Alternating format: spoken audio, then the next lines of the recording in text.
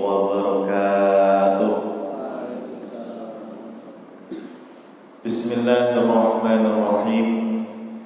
Alhamdulillahirabbil alamin wa bihi nasta'inu ala umurid dunya waddin.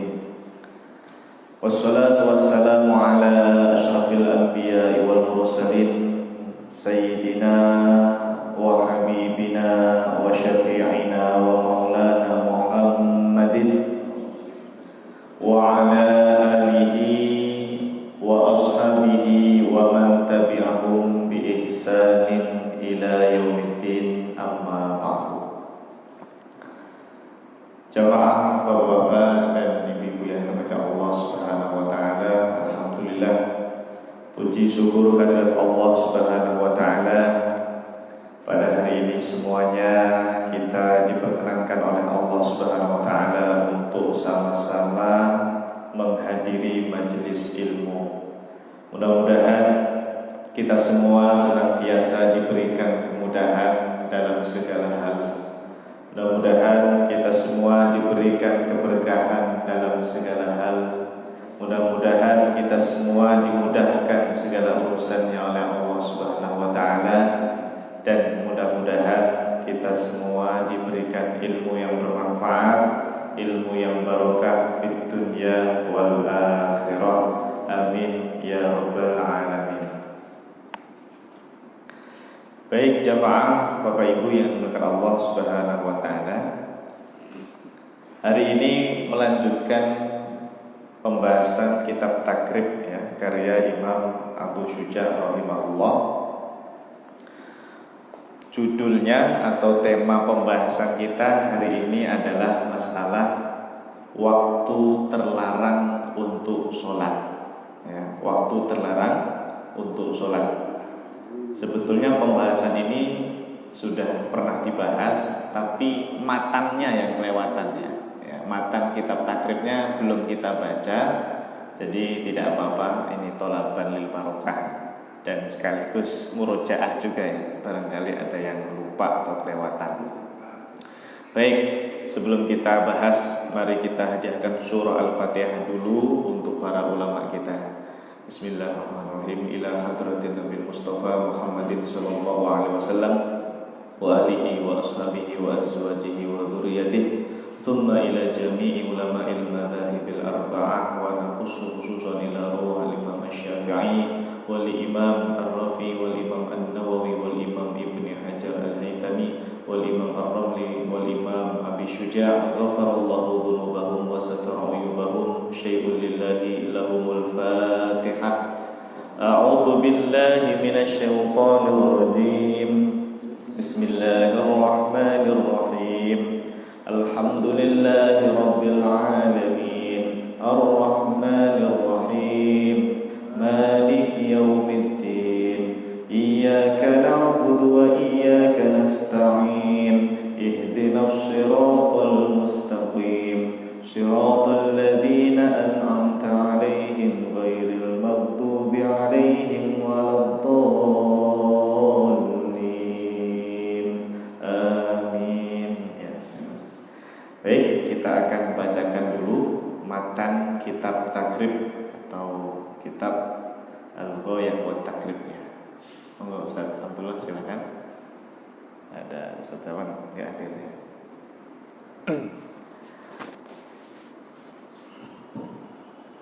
Bismillahirrahmanirrahim. Qala al-mu'allif rahimahullah ta'ala wa nafa'ana bihi wa bi 'ulumihi fid dharain. Amin. Faslun wa khamsatu awqatin la yusalla fiha fiha illa salat laha sabab ba'da salati as-subhi hatta tatlu'a asy-syams wa 'inda tulu'iha hatta tatakamalu wa tafi'u qadra ramhin wa idza istawa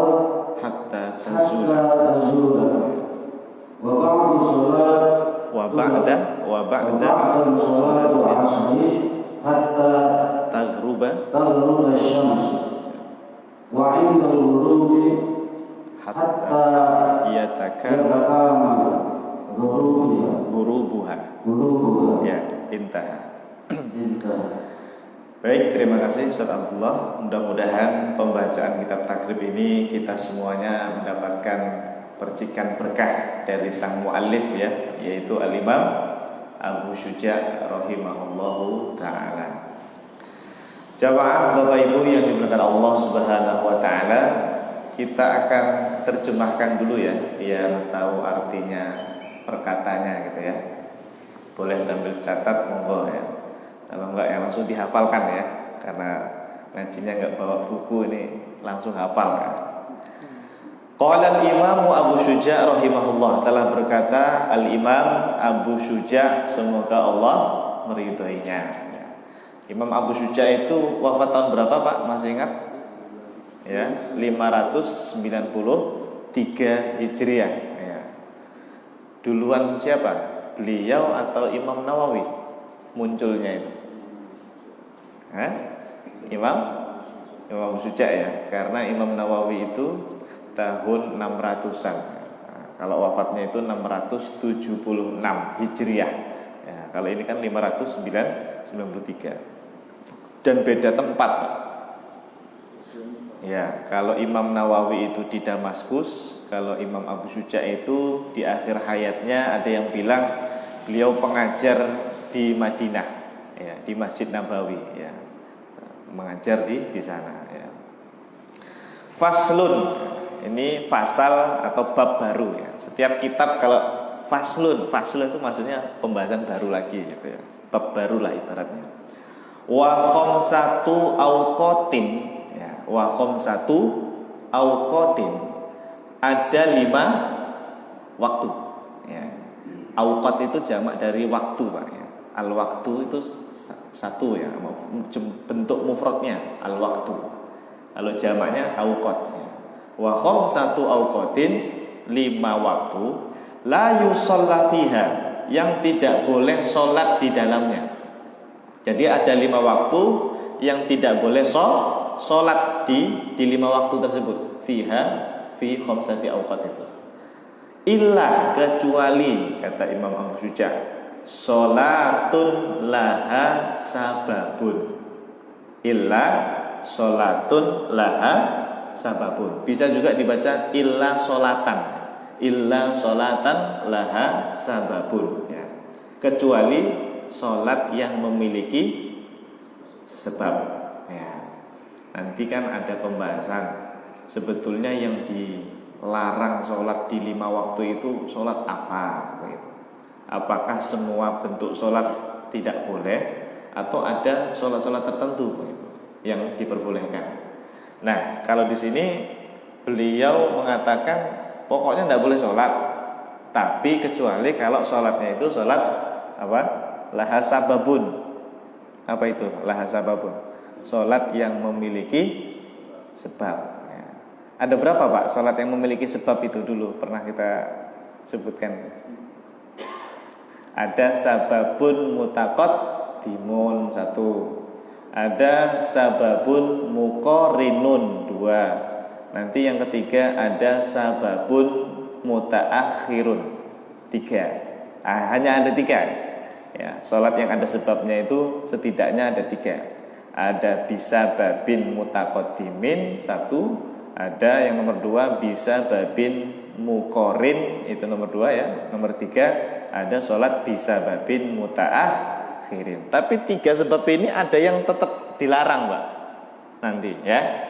Cuma beliau, mohon maaf, Imam Abu Syuja' enggak detail beliau hanya bilang kecuali sholat yang ada sebabnya. Padahal dari 3 jenis tadi itu ada sholat yang masih dilarang walaupun punya sebab. Nanti kita akan sebutkan insyaallah. Nah, setelah itu Imam Abu Syuja' menyebutkan 5 waktu yang dilarang. 1, ba'da sholatis subhi, apa? Setelah sholat subuh. Nah, kayak kita ini Pak, kita habis sholat subuh ya. Setelah sholat subuh, hatta tatlu'a asyamsu, sampai tatlu'a itu apa? Terbit asyamsu matahari. Ya. Jadi sejak selesai sholat subuh, assalamualaikum warahmatullahi, assalamualaikum warahmatullahi. Sejak itu Pak, namanya waktu terlarang sampai kapan? Nanti matahari terbit. Itu nomor satu. Ya, intinya ba'da subuh gitu. Yang kedua, wa inda tulu'iha. Nah, bahasanya itu inda. Wa inda tulu'iha, yaitu ketika, dalam kurung proses. Ketika proses tulu'iha, apa tulu itu? Dia proses terbit. Ya, tulu kan tadi terbit. Jadi proses terbitnya matahari itu juga termasuk waktu larangan sholat. Paham? Ya. Jadi sejak tadi kan nomor satu setelah subuh sampai kapan? Sampai matahari terbit. Tapi proses terbitnya itu dikasih angka nomor 2. Ya, bulatan matahari kalau masih proses keluar itu mau terbit itu juga terlarang. Ya. Hatta tatakamal sampai sempurna. Ya, sampai dia sempurna watar tafi dan dia naik sedikit qadra romhin sekiranya setinggi tombak begitu. Sekiranya setinggi tombak ya. Pokoknya kalau sudah terbit bulatannya sudah sempurna itu sudah tidak dilarang. Itu nomor berapa tadi? 2 ya. Yang ketiga, wa idzas tawat, jika matahari itu istiwa. Maksudnya tepat di atas kepala kita siang hari menjelang adzan zuhur lah, sebelum adzan zuhur itu beberapa menitnya ada waktu namanya istiwa. Nah, itu waktu terlarang untuk sholat. Hatta tazul, sampai nanti matahari tergelincir, berarti masuk adzan zuhur gitu. Kalau sudah adzan zuhur itu sudah boleh sholat gitu. Yang keempat, wa ba'da sholatil asri. Apa ini? Setelah sholat asar. Hatta taghruba asyamsu, sampai matahari terbenam. Taghruba itu terbenam. Apa yang terbenam? Asyamsu, ini fa'ilnya ya, yaitu matahari ya. 4 ya. Berarti kita sholat asar ya, Pak. Assalamualaikum. Setelah salam itu Pak, itu langsung dihitung waktu terlarang sampai kapan? Sampai nanti matahari terbenam ya. Tapi nomor 5 ditambahin wa indal ghurub, dan ketika proses terbenamnya juga matahari masih mau menjelang apa itu ya, adzan maghrib ya, pokoknya sebelum adzan maghrib lah. Itu kalau masih proses terbenam bulatannya mungkin setengah ya dan seterusnya, maka itu juga termasuk waktu larang wa indal ghurub ya, ketika terbenamnya matahari. Hatta yatakamal ghurubuha, sampai terbenamnya itu sempurna. Yatakamal itu sempurna, kamil ya. Itu wazannya apa Pak? Yatakamal. Kalau tadi di atas tadi ada tatakamal ya.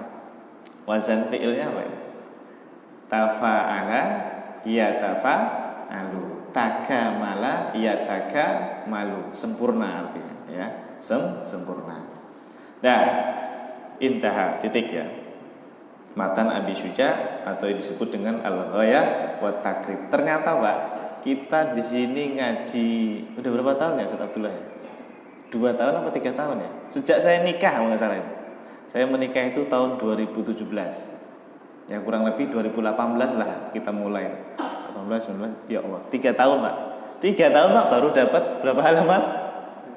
11 halaman kitab takrib. Masya Allah, 3 tahun baru dapat 11 halaman. Shot itu safhah, halaman 11 itu halaman 11 ya. Karena kan kita itu membahasnya itu matan sedikit, kita ambil penjelasan dari kitab yang lain. Ya memang begitu harusnya ya. Jangan dibaca saja enggak ya. Tetap kita ambil penjelasan dari kitab yang lain. Namanya syarah Pak ya. Namanya syarah atau penjelasan ya. 3 tahun 11 halaman. Alhamdulillah, lumayan ya. Ya, karena kitab takrib itu tipis, berapa ya? Mungkin enggak nyampe 100 halaman mungkin ya. Dan sekarang kita lihat, karena ini waktu terlarang tadi sudah disebutkan Imam Abu Syuja. Sekarang biar tambah paham, Biar enak itu begini kata guru saya.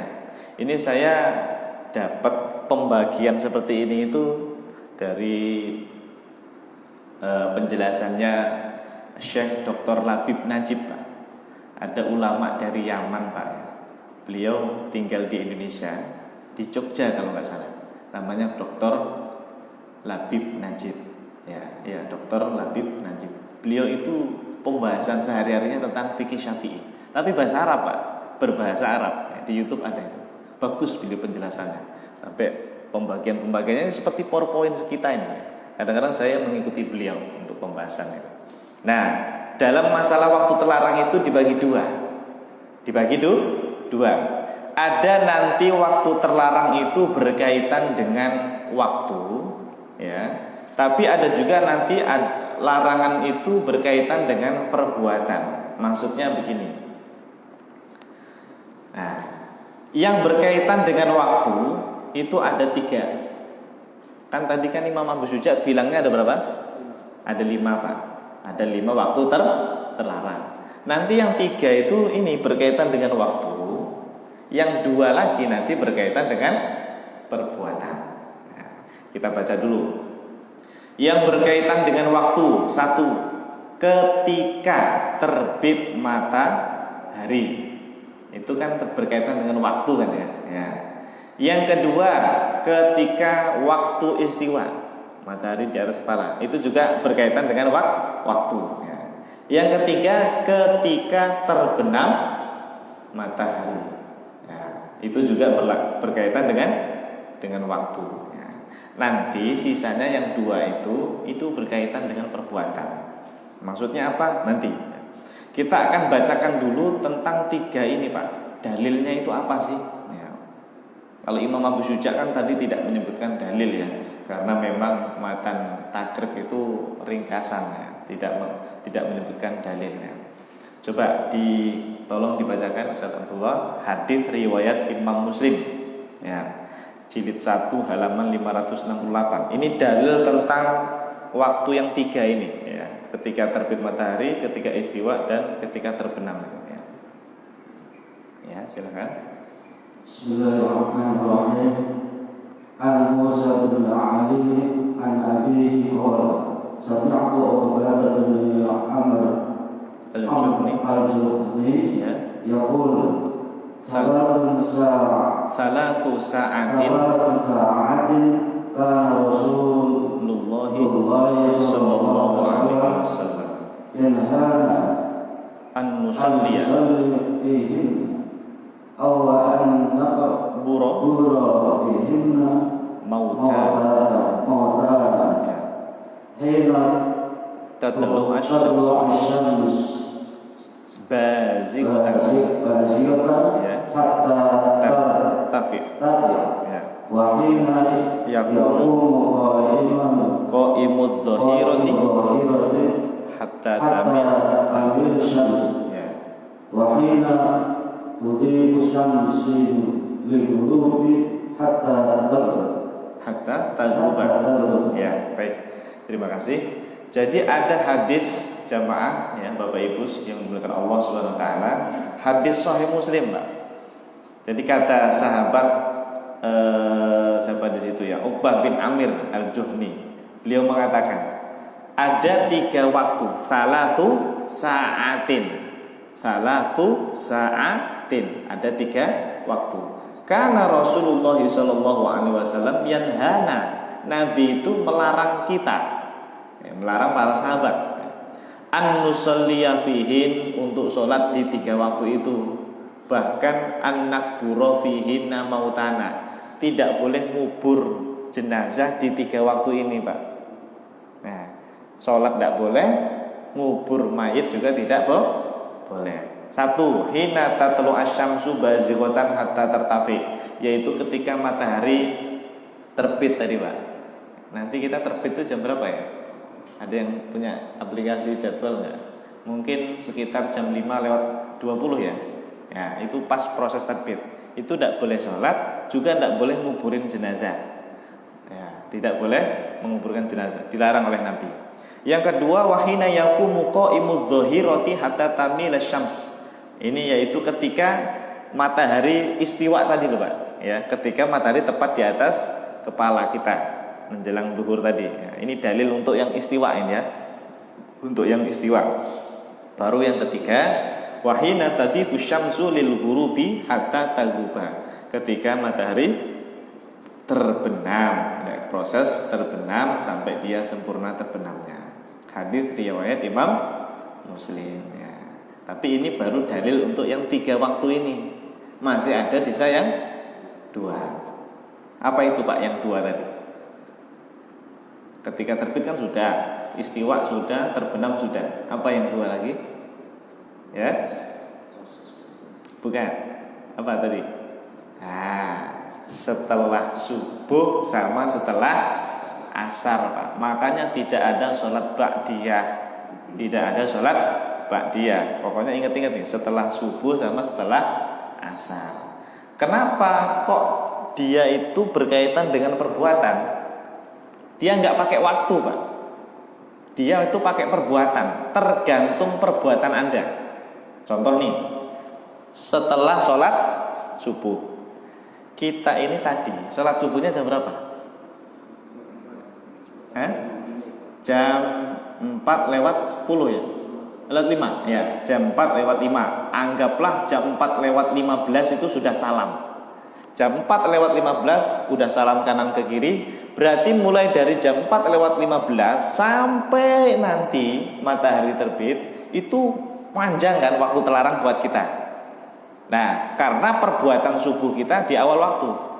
Tapi kalau Anda punya tetangga di rumah yang sholat subuhnya itu nanti jam 5 lewat 5 misalnya. Sekarang masih jam 5 tepat Pak. Dia sholat subuhnya jam 5 lewat 5. Itu berarti sejak dari jam 4 sampai jam 5 itu belum waktu terlarang Pak. Bagi dia belum. Ketika dia berbuat sholat subuh jam 5 lewat 5 setelah salam, baru mulai di situ waktu terlarang bagi dia. Berarti kita yang sholat di masjid sama yang sholat di rumah tadi, waktu terlarangnya sama enggak? Beda. Tergantung perbuatan sholat subuhnya. Paham enggak? Paham. Makanya dia enggak pakai waktu.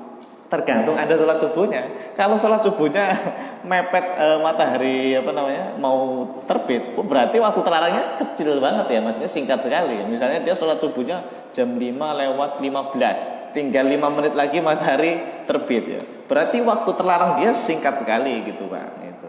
Setelah dia salam baru mulai waktu terlarang. Nah, berbeda dengan kita yang sholat subuhnya di awal waktu tadi, sejak Anda salam ke kanan kiri itu sampai nanti terbit matahari, waktu terlarang kita panjang. Gitu ya. Berarti kan ini tergantung perbuatan sholat subuhnya gitu. Paham ya? Nah, begitu juga sholat asar sama. Anda sholat asar biasanya kalau awal waktu jam berapa? Kita jam 3 lewat berapa sekarang itu? Ya, jam 3 lewat 7. Anggaplah selesai salam kanan kiri jam 3 lewat 20 misalnya ya, jam 3 lewat 20 sudah salam ke kanan ke kiri. Berarti setelah salam ke kanan kiri itu sampai azan maghrib itu waktu terlarang bagi kita. Panjang kan? Lumayan lama ya. Tapi yang sholat asarnya itu jam 5 lewat 30, setengah 6 sholat asar misalnya, kan masih boleh itu karena masih adaan. Yang penting belum azan maghrib aja masih boleh ya. Cuma nanti waktunya kan beda-beda, ada yang waktu afdol, ada yang kurang afdol dan seterusnya. Tapi setelah dia salam ya setengah 6 itu ya, waktu terlarang dia itu pendek sekali sampai menjelang adzan maghrib gitu. Maka inilah yang disebut dengan waktu terlarang tapi berkaitan dengan perbuatan. Tergantung sholatnya jam berapa. Paham ya? Alhamdulillah. Nah, untuk yang 2 ini Pak, dalilnya Sahih Al-Bukhari. Kalau tadi yang 3 dalilnya apa? Sahih Muslim ya. Nah, Sahih Muslim. Ini dalilnya Sahih Al-Bukhari. Coba Ustaz Abdullah dibantu ya. Hadis riwayat Imam Bukhari. Mudah-mudahan dengan bacaan Ustaz Abdullah kita dapat berkahnya ya. Baca hadis ya. Amin. Bismillahirrahmanirrahim. Ibn Shihab qala akhbarani Atha bin Yazid Al-Jundai أنه سمع Sami'a أبا سعيد الخدري Al-Khudri ya. يقول سمعت رسول الله صلى الله عليه وسلم يقول لا صلاة بعد الصبح حتى Tafi'a تطلع الشمس Samsu ya. ولا صلاة Ba'dal بعد asri العصر حتى Taghiba تغيب الشمس. ya. Rawahu رواه البخاري. ya. Baik jamaah Bapak Ibu yang dimuliakan Allah SWT, untuk yang berkaitan dengan perbuatan tadi setelah subuh dan setelah asar, dalilnya ini hadis Sahih Al-Bukhari. Barangkali sudah pernah dibaca dengan Pak Yai Jamal ya. Dari sahabat Abu Sa'id Al-Khudri itu. Nah, Abu Sa'id Al-Khudri beliau pernah berkata begini, sami'tu. Apa sami'tu? Saya telah mendengar Rasulullah sallallahu alaihi wasallam yaqulu, Rasulullah sallallahu alaihi wasallam bersabda, la sholata, tidak ada salat ba'da subhi, setelah subuh, hatta tarfi'asy syamsu, sampai nanti matahari meninggi atau sudah terbit gitu. Yang kedua, wala sholata ba'dal asri, tidak ada salat. La sholata, tidak ada salat ba'dal asri, setelah asar, setelah salat asar, hatta taghiba syamsu, sampai nanti matahari terbenam. Rawahu Al-Bukhari. Ya, ini hadis untuk dalil yang berkaitan dengan perbuatan tadi, yaitu setelah sholat subuh dan setelah sholat asar tidak boleh sholat. Nah, maka pas ya, sudah 5 ya. Coba diulangi Pak. Nanti kalau Anda ditanya anaknya atau cucunya ya, waktu terlarang sholat ada berapa? 5. Yang berkaitan dengan waktu 3. Apa saja? Ketika terbit ya, kedua ketika waktu istiwa, ketika terbenam matahari. Sudah hafal ya? Nah, hafal. Terus yang berkaitan dengan perbuatan setelah subuh dan setelah salat asar. Nah, pokoknya itu waktu terlarang untuk sholat. Nah, sekarang terakhir setelah ini kita tanya jawab. Yang dilarang itu sholat apa? Kalau kata Imam Abu Suja dari kitab takrib tadi, semua sholat dilarang kecuali apa tadi? Sholat yang ada sebabnya itu. Nah, kita lihat Pak, sholat yang ada sebabnya. Sholat yang ada sebabnya itu yang terikat karena sebab. Di situ ada berapa? 3 macam ya. Ya, masih ingat ya dulu ya. Ya, makanya ini kita murojaah lagi. 1, yang karena sebab mutaqaddim. 2, ada sebab yang muqorrin. 3, ada sebab yang mutaakhir. Ayo, bedanya apa?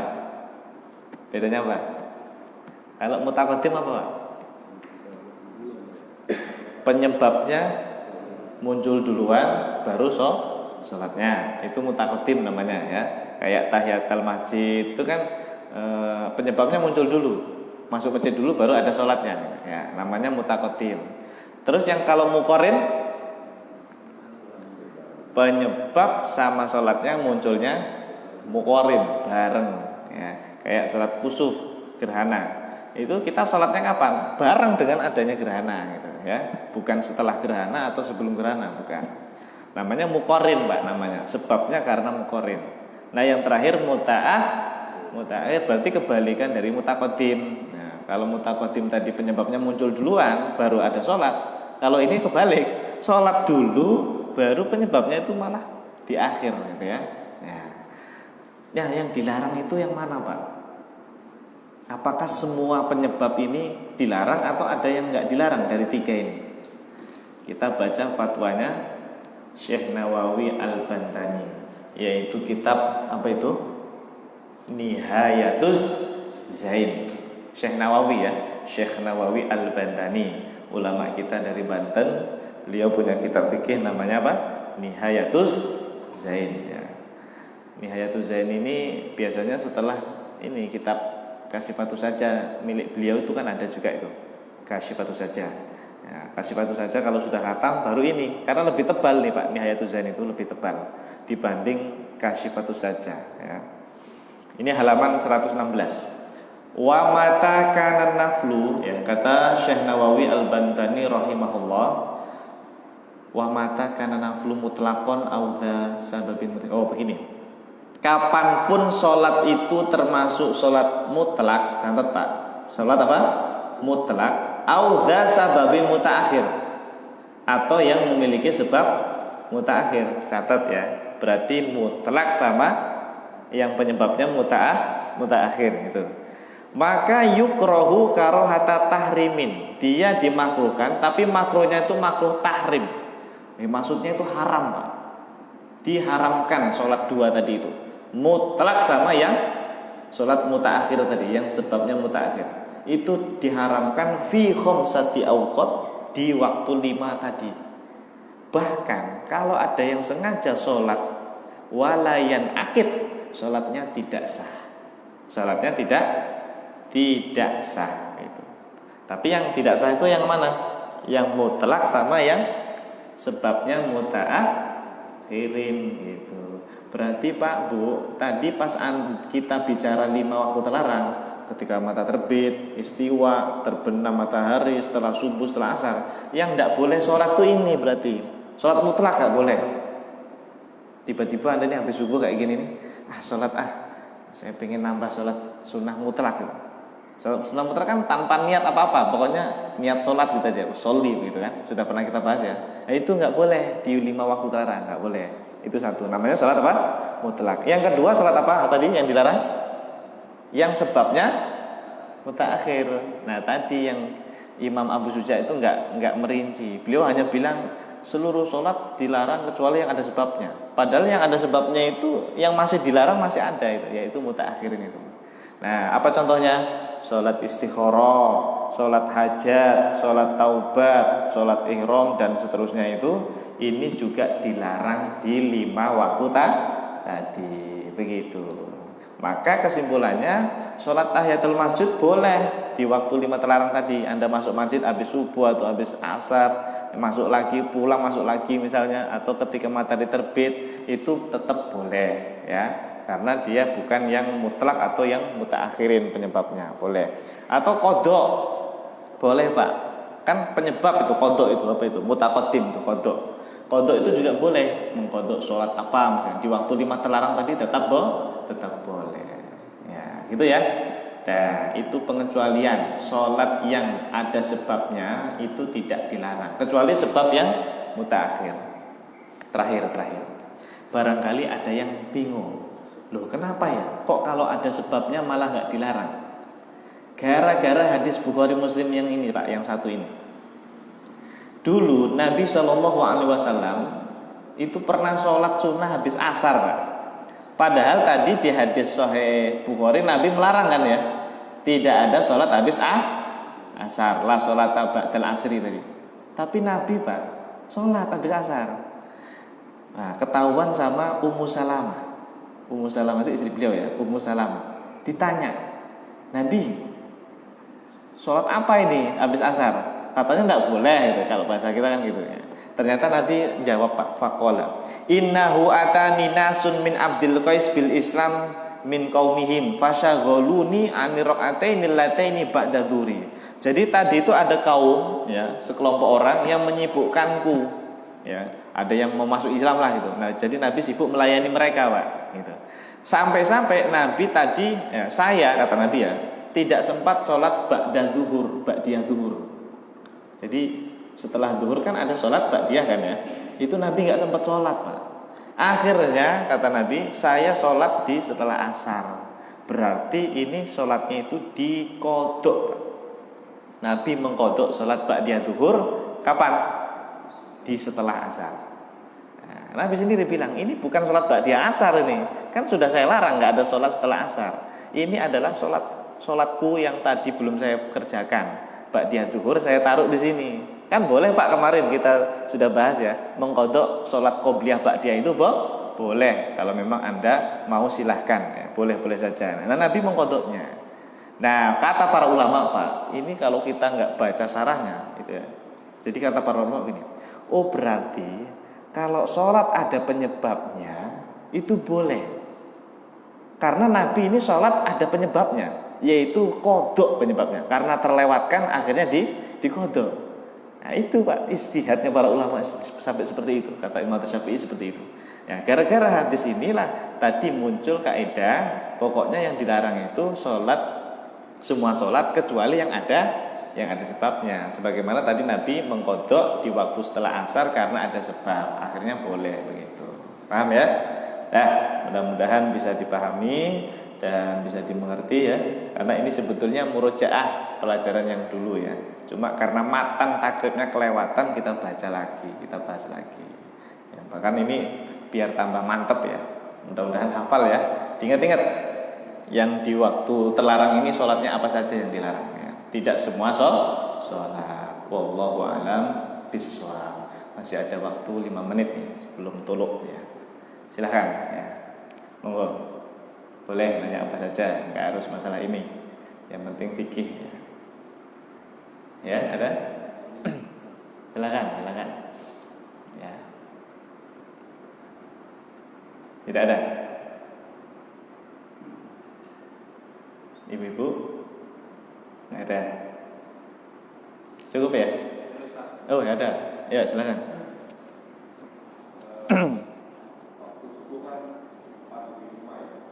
Waktu subuh apa?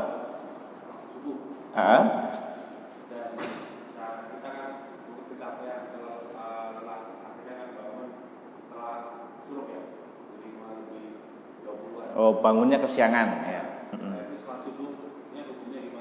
Ya. Oke, baik. Kita bicara dulu masalah dosa atau enggaknya. Ya. Pertama masalah dosa, nanti baru masalah hukum. Kalau masalah dosa atau tidaknya tergantung Anda bangunnya itu karena uzur atau tidak. Kalau karena uzur, misalnya betul-betul sudah pasang alarm atau bahkan sudah niat pengen bangun subuh, nggak ada yang bangunin sama sekali, misalnya kecapean dan sebagainya, bangun matahari sudah keluar, pokoknya tanpa uzur, bukan disengaja.